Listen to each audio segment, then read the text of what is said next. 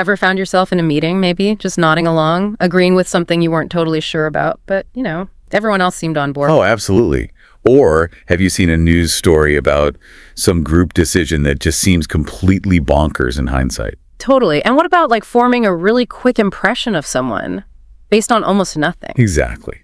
All those everyday things, they really point to something huge, don't they? Yeah. Just how much our social world, the groups we're in, shapes how we act, what we believe, even how we see things. And that is exactly what we're digging into today. We've looked at some great stuff, Khan Academy, Crash Course Psychology on YouTube, and also some really good psychology textbook modules from NOBA. Yeah, and our mission here really is to unpack these key psychological ideas, the ones that explain this powerful social influence.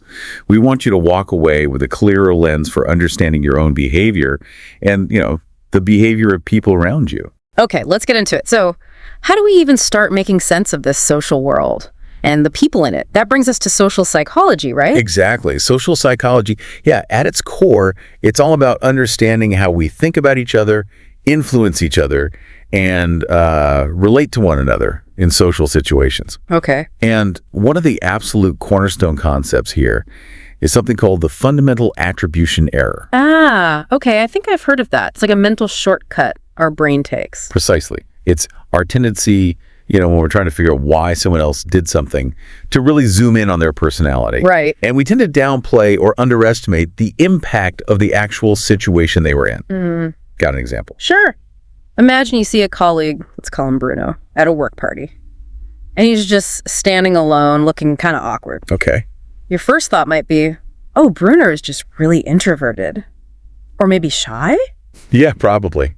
That sounds like what I'd think. But the fundamental attribution error says we often skip over other possibilities.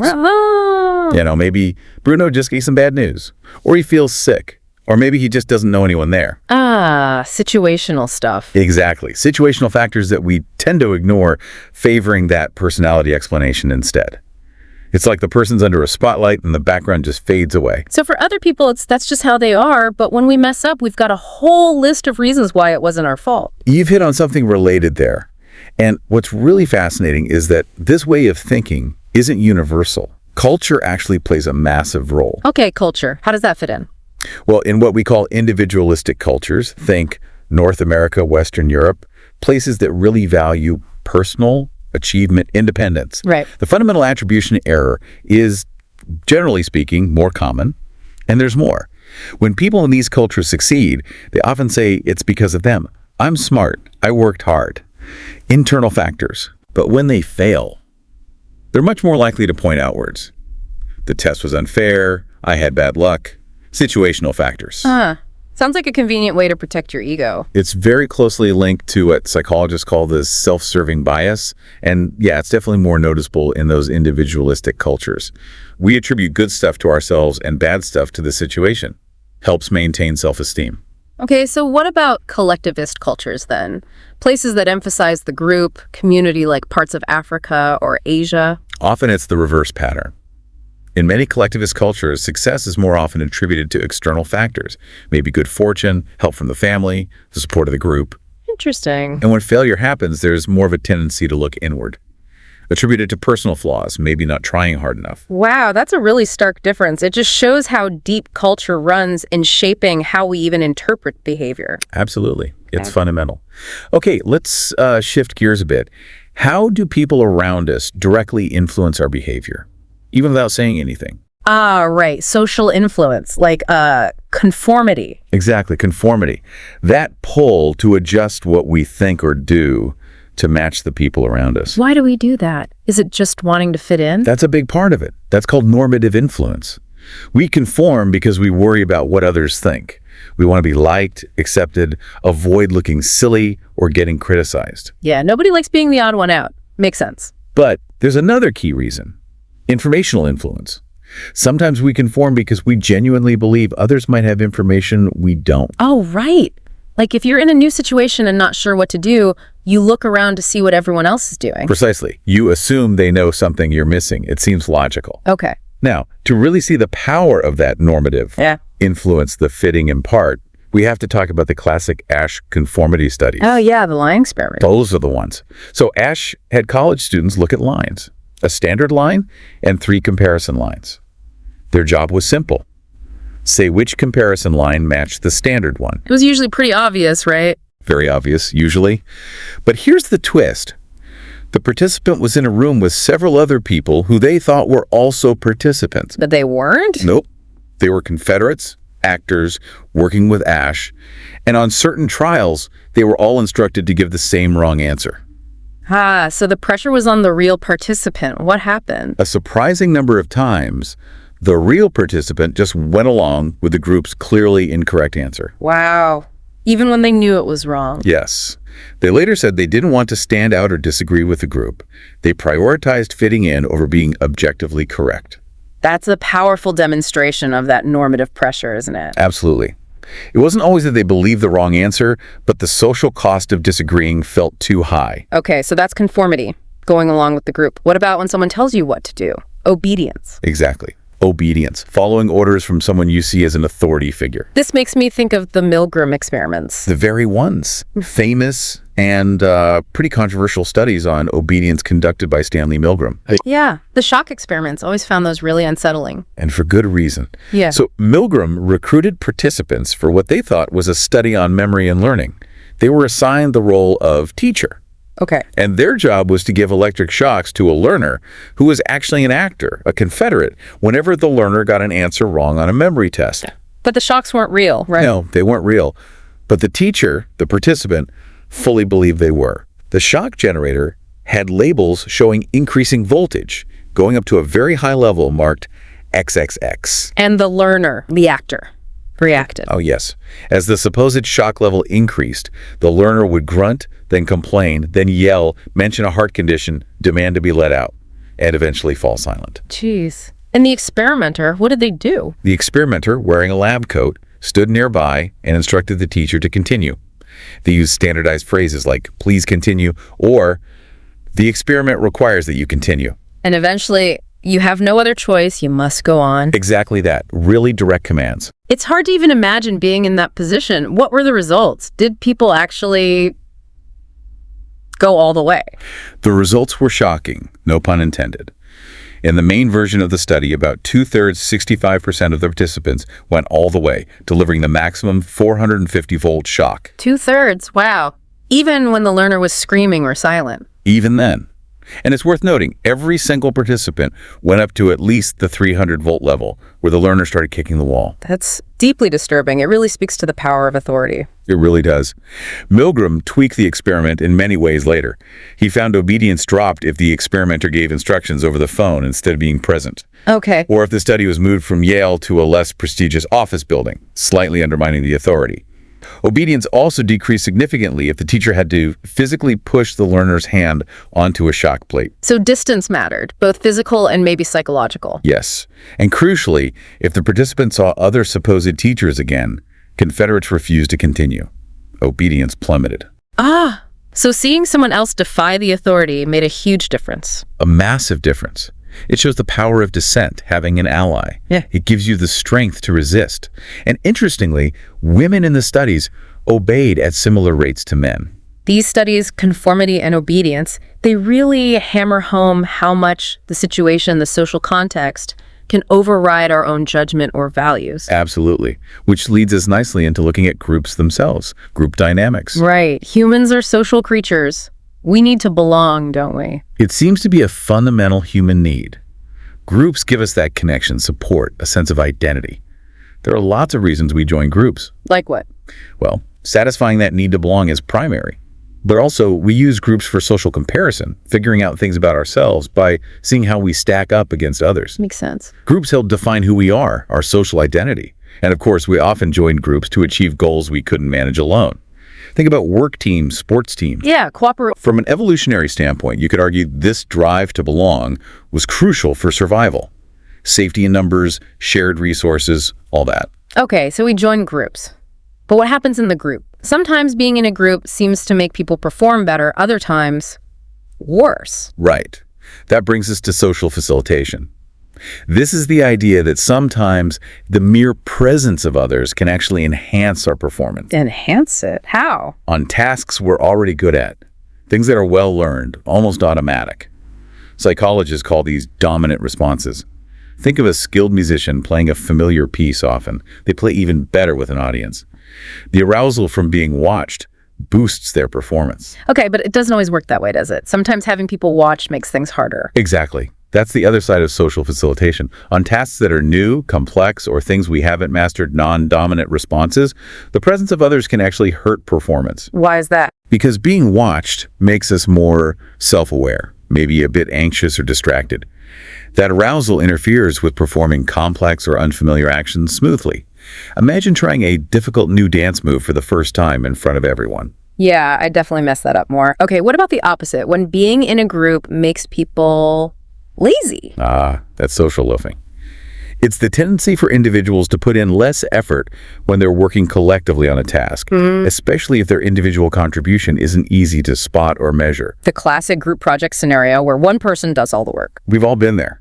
There was a great study by Latane, Williams, and Harkins. They had people clap or cheer, either alone or in groups. As the group size got bigger, the average noise made by each person went down. They weren't coordinating poorly. They were just not trying as hard individually when they were part of a larger group. Because their individual effort was kind of lost in the crowd. Diffusion of responsibility. That's a big part of it, yes. Now let's think about group discussions.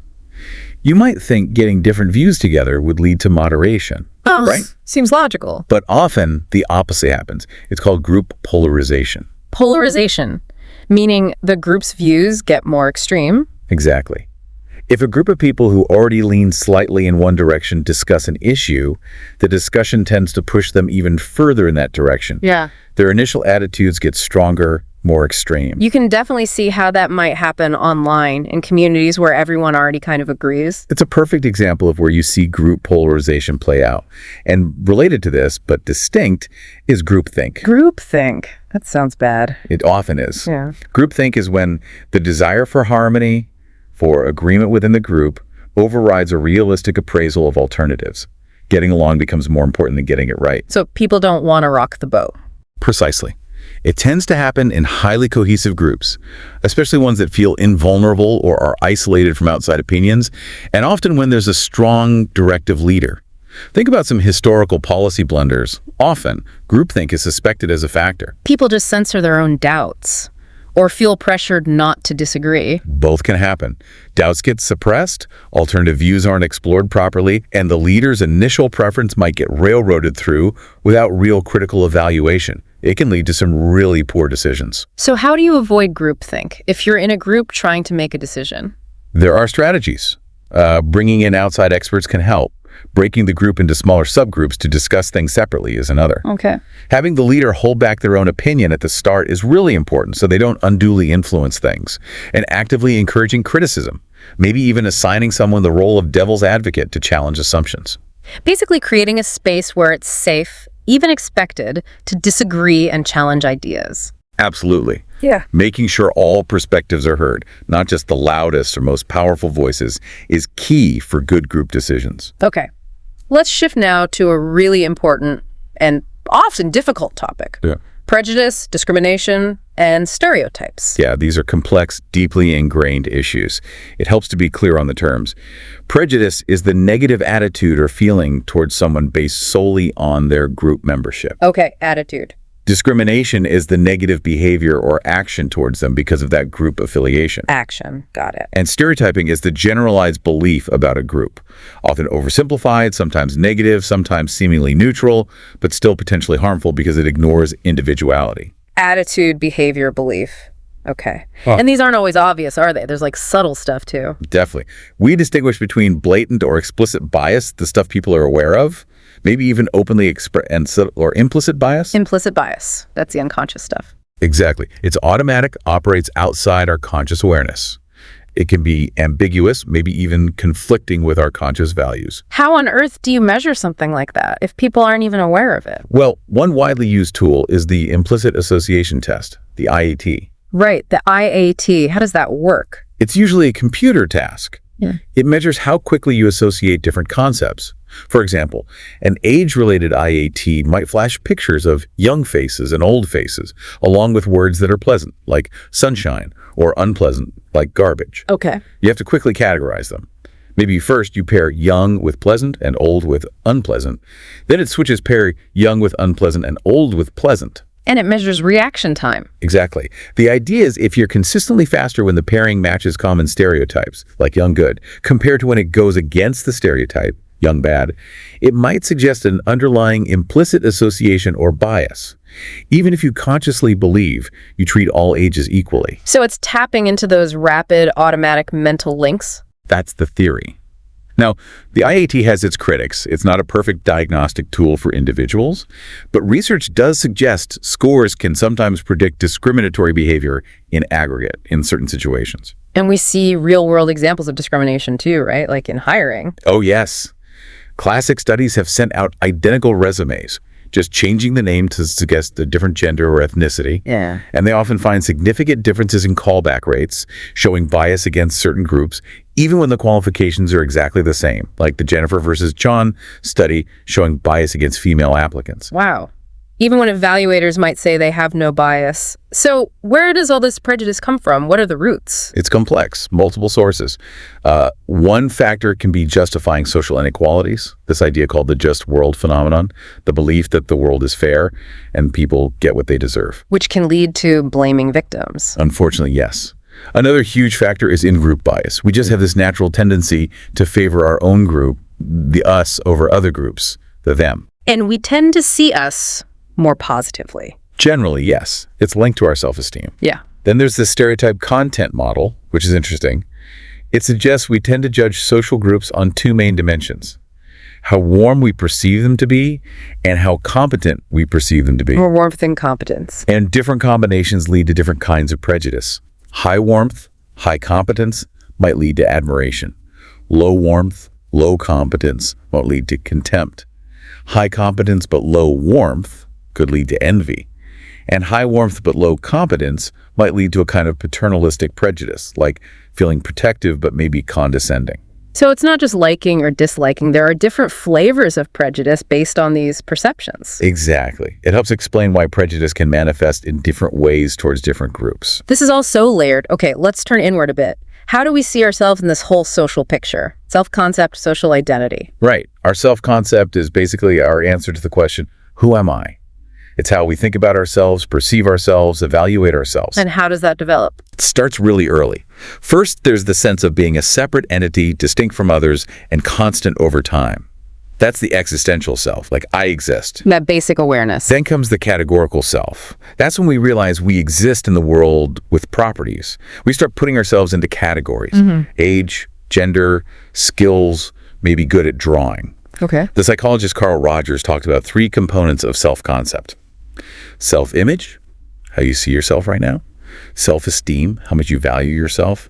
And the ideal self, who you want to be. And the gap between your self-image and ideal self affects your self-esteem. Big time, according to Rogers. Now, building on that, social identity theory is really crucial here. It argues our self-concept isn't just about our unique individual traits, our personal identity. It also includes our social identity, the parts of our self-concept that come from the groups we belong to. I'm a student. I'm a fan of this team. I'm part of this community. So it's the me plus the we. Beautifully put, yes. And the theory outlines three processes. First, categorization. We divide the world into in-groups, us, and out-groups, them. Second, social identification. We take on the identity of our group, internalize its norms and values. Right. And third, social comparison. We compare our group favorably to other groups. This helps boost our self-esteem. Feeling good about our group makes us feel good about ourselves. And this, of course, links right back to in-group bias and potentially prejudice. So our need to feel good about ourselves gets tied up with feeling good about our groups, which can unfortunately lead to viewing out groups less favorably. That's a key insight of social identity theory. Our group memberships are a powerful part of who we are and how we relate to others. We've covered so much about the social situation's influence. What about sort of the internal engines driving us in these situations, like motivation and emotion? Do they play a role? Absolutely do, though they're huge topics on their own. Motivation is essentially what drives us to act towards a goal. The feelings or ideas that propel us. And there are different theories about that. Lots. You've got drive theory focusing on reducing internal tension, like hunger, a primary drive, or the need for achievement, a secondary learned drive. There's arousal theory seeking an optimal level of excitement. Incentive theory looks at external pulls, like rewards, versus internal pushes, like needs.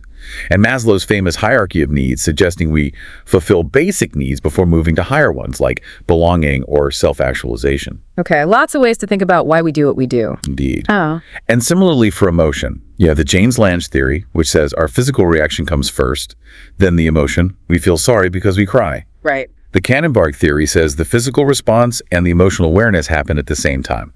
And the two-factor theory suggests it's physical arousal plus a cognitive label or interpretation based on the situation that creates the emotion. So my heart is racing and there's a bear, therefore I'm afraid. Kind of, yes. While these internal states are obviously vital, the main thrust in social psychology and in the sources we looked at really tends to focus back on those external situational factors shaping behavior in social contexts. Which brings us right back around, doesn't it? Social psychology really emphasizes the power of the situation. Hugely. The situational approach really stresses that our actions are often more strongly swayed by the immediate circumstances than by our underlying personality traits alone. It makes predicting behavior based only on personality quite tricky. Because the situation can just pull out different responses from us. Exactly. The same person might act very differently in situation A versus situation B. So often the answer to why did they do that is really, well, look at the situation they were in. Very often that's a more complete answer. And Kelly's covariation model offers a way to think about when we attribute behavior to the situation versus the person. How does that work? It looks at three things. Consistency. Does this person usually act this way in this specific situation? Distinctiveness. Does this person act differently in other situations? And consensus. Do other people act similarly in this same situation? Okay. If a behavior is low in consistency, but high in distinctiveness, and consensus meaning they don't usually do this, they act differently elsewhere, lots of people do this in this situation, then we're more likely to say, it was the situation. Got it. Like your normally calm friend freaking out when they see a snake. Low consistency, they're usually calm. High distinctiveness, they aren't freaking out about other things. High consensus, most people would freak out about a snake. Perfect example. You'd attribute their reaction to the snake, the situation, not just say, they're suddenly a panicky person. It shows how the situation can drive behavior. Wow. Okay, so we've covered a lot of ground here. From the fundamental attribution error, how we judge others, to the sway of conformity and the power of obedience, then group dynamics. Social facilitation, loafing, polarization, groupthink. Right, and then delving into prejudice, discrimination, stereotyping, both the blatant and the subtle implicit biases, and how our self-concept is tied up with our social identity. And circling back to the immense power of the situation itself and shaping almost everything we do socially. Exactly. These concepts, they really give us a toolkit, a framework for understanding those forces, often invisible forces, that shape why we and the people around us act the way we do in social settings. So it gives you insight into just everyday interactions, but also bigger things like group decisions or even societal issues like prejudice. Definitely. Hopefully it makes things a bit clearer. So maybe something for you, the listener, to think about. Consider a recent group decision you were involved in. Looking back, can you see any hints of groupthink, maybe? Or opinions getting pushed to extremes, like polarization? Yeah, or think about implicit bias. How might just being aware of it change how you perceive or interact with people from different groups? And maybe reflect on your own actions sometimes. How much was truly just your personality driving things, and how much might this specific situation have played a role you didn't realize at the time? These are really valuable questions to mull over. The social world is constantly shaping us. Understanding these dynamics, even a little, can make us more self-aware, maybe more understanding of others. We definitely encourage you to keep thinking of these ideas and how they play out all around you.